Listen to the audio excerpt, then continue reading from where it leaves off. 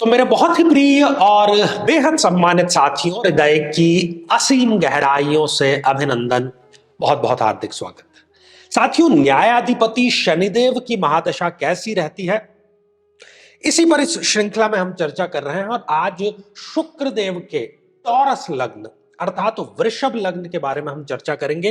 और वैसे भी वृषभ लग्न के जो जातक होते हैं बड़े ही सुंदर होते हैं, बड़े आकर्षक होते हैं और एक चुंबकीय पर्सनैलिटी होती है। अपने ध्येय के प्रति वो सदा समर्पित रहने वाले होते हैं। तो साथियों, जानेंगे कि वो अपनी प्लेसमेंट के हिसाब से, क्योंकि उसमें प्लेसमेंट देखना सबसे पहले जरूरी है और साथ ही उसका बल देखना जरूरी है कि कहीं वो शून्य या अंतिम डिग्रियां जैसे कि 29 या 28 इस प्रकार की डिग्रियों के ना हो। आइए साथियों, शुरू करते हैं लग्न से। साथियों, यदि लग्न में ही शनिदेव विराजमान हो जाएं तो अति उत्तम रिजल्ट प्रदान करेंगे। शुक्र देव की राशि में यहां पर लग्न में बहुत ही सुंदर एक्सचेंज, त्रिकोण का अधिपति यहां पर लग्न में विराजमान हो गया। साथियों, हर एक कार्य में इनको सफलता जरूर मिलेगी। शनि की दशा अंतरदशा में लक्ष्य चाहे कितना ही बड़ा ये निर्धारित कर दें, उसमें इनको कोई कारण नहीं कि सफलता ना मिलती हो। इनका जो व्यक्तित्व है, चाहे वो बाहरी व्यक्तित्व हो या आंतरिक व्यक्तित्व हो, बहुत ही उदात्त व्यक्तित्व होता है। कहीं पर भी ये अत्याचार या अन्याय ना तो होने देते हैं ना सहन करते हैं। एक जो न्यायाधीश की भूमिका होती है उस पर ये खरे उतरते हैं। और शनिदेव की दशा इनको चारों तरफ से खुशहाली, समृद्धि और सम्मान प्रदान अवश्य करती है। साथियों, यदि शनिदेव इस द्वितीय भाव में, धन भाव में विराजमान हो जाएं, शनिदेव की दशा अंतरदशा में इस व्यक्ति, इस जातक को धन की कभी भी कमी नहीं होती और पैतृक संपत्ति इनको सही समय पर और सही अनुपात में अवश्य मिलती है। व्यक्ति अपनी केवल वाणी के आधार पर, आप देखेंगे कि कहीं पर चेक चलता है, कहीं जैक चलता है, कहीं क्या चलता है, ये व्यक्ति केवल अपनी वाणी के आधार पर, अपनी वाणी के बल पर बड़े बड़े कार्य करवा करके आ जाता है। अपने खानदान के लिए सदैव खड़ा रहता है। अपने कुटुंब, अपने वंश को साथ में कैसे लेकर के तरक्की की जाए, यदि किसी को सीखना है तो वो इनसे सीख सकता है। साथियों, यदि शनिदेव इस तृतीय भाव में विराजमान हो जाए, यहां पर भी वो अच्छा रिजल्ट देंगे, क्योंकि वो यहां पर दिग्बली भी हो जाते हैं। रिस्क चाहे कितना ही बड़ा ले ले व्यक्ति, उसको उस रिस्क से, उस जोखिम से कोई फर्क नहीं पड़ता। कितना ही बड़ा गेम खेल ले, उस खेल में इनकी जीत, इनकी विजय श्री सुनिश्चित होती है। अपने भाइयों का सहयोग भरपूर मिलता है और जहां पर भी साहस की बात आती है वहां पर ये कभी कोई कमी नहीं रखते हैं। जीवन के सभी प्रकार के सुख प्रदान करने वाली इस स्थिति में इनको शनि की महादशा जरूर रहती है।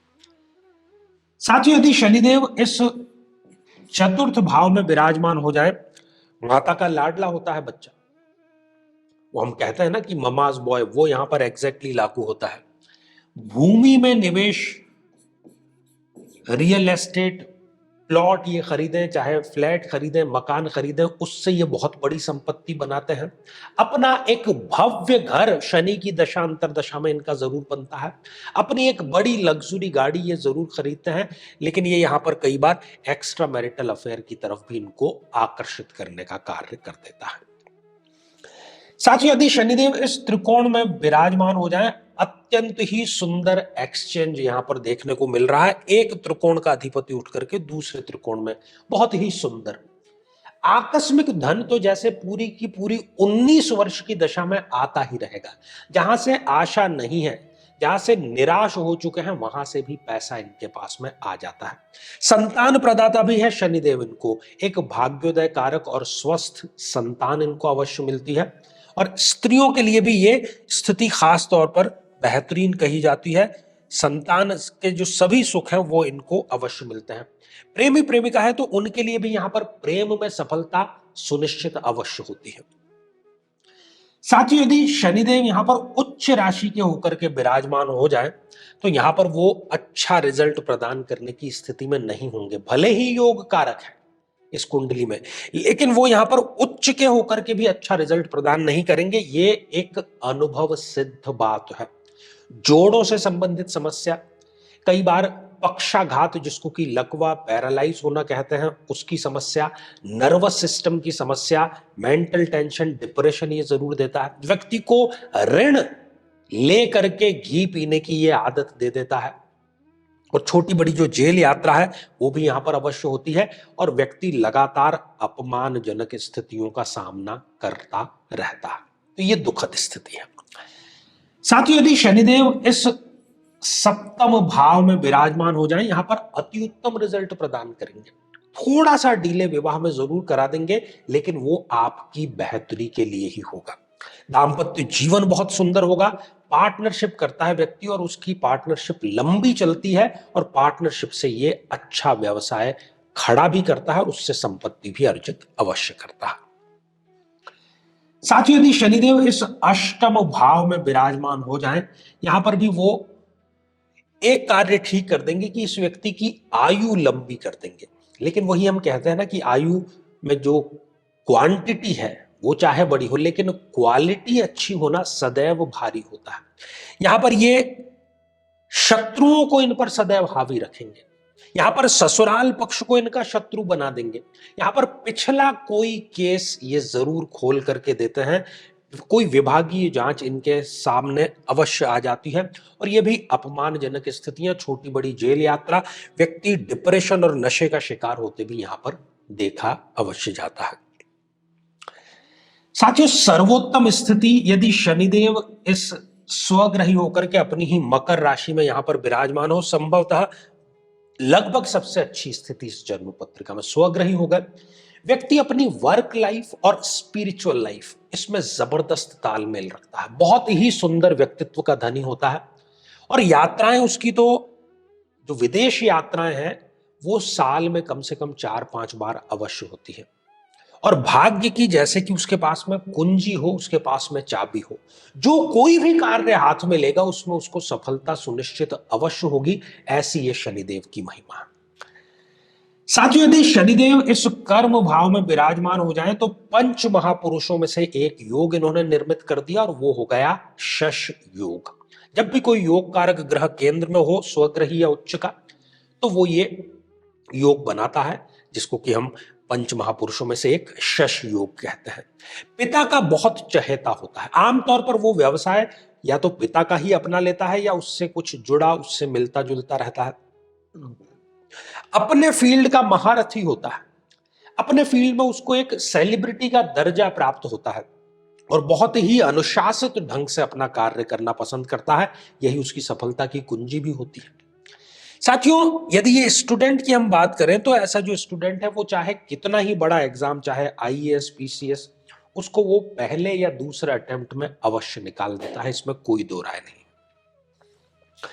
साथियों, यदि शनिदेव इस आय भाव में विराजमान हो जाएं, शनि की दशा आने से पहले चाहे व्यक्ति फटीचर होगा, लेकिन यहां आते ही आप देखेंगे कि उसका रहन सहन, उसका आवरण पूरा का पूरा बदल जाएगा।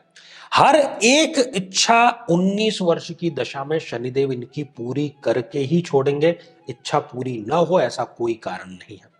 व्यक्ति किसी न किसी फील्ड का विशेषज्ञ जरूर होता है, जिसको हम स्पेशलिस्ट कहते हैं, और अपने आसपास के लोगों को कैसे उपयोग में लेकर के आया जाए, कैसे उनसे कार्य निकाला जाए, इसमें वो सिद्ध हस्त होता है। साथियों, शनिदेव यदि यहां पर नीच राशि के होकर के विराजमान हो जाते हैं, तो यहां पर वो अच्छा रिजल्ट प्रदान करने की स्थिति में नहीं होंगे।